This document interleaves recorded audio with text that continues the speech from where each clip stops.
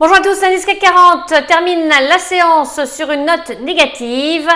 En attendant l'issue de la réunion de la Réserve fédérale américaine, parmi les valeurs qui se sont distinguées ce mercredi, on retrouve LVMH. Le leader mondial du luxe a perdu du terrain après avoir accusé pour le second trimestre un repli de ses ventes de 1% aux États-Unis sur une base organique.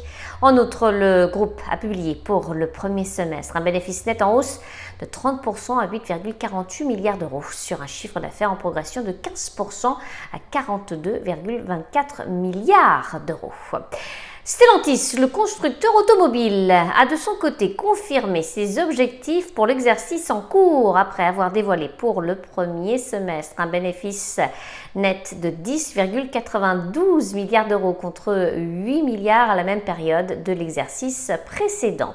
Danone, le groupe agroalimentaire, a fait part pour le premier semestre d'un résultat net part du groupe à 1,09 milliard d'euros contre 737 millions un an auparavant. Danone a confirmé ses prévisions pour 2023.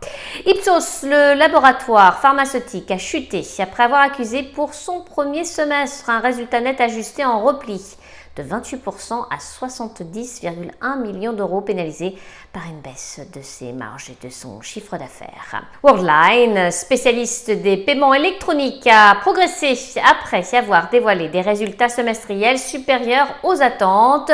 Bureau Veritas, un leader mondial des essais, de l'inspection et de la certification, a relevé sa prévision annuelle de croissance organique du chiffre d'affaires. Le groupe a fait part pour le premier semestre d'un résultat opérationnel ajusté en progression de 5,7% à 434,2 millions d'euros.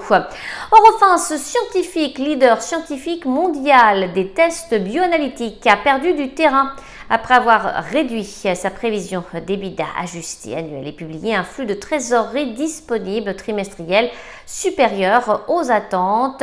Et puis Nexans, le spécialiste des câbles électriques industriels et des câbles à fibre optique, a révisé à la hausse ses objectifs financiers pour l'exercice 2023. En outre, le groupe a publié un EBITDA à 354 millions d'euros contre 308 millions un an auparavant. Enfin, Solutions 30, le spécialiste de l'assistance numérique aux nouvelles technologies, était bien orienté après avoir enregistré pour le second trimestre un chiffre d'affaires en progression de 18% sur une base organique à 263,4 millions d'euros. À New York, Sabrina Cagliozzi pour Training Central. Je vous souhaite une très belle fin de journée à tous. À demain.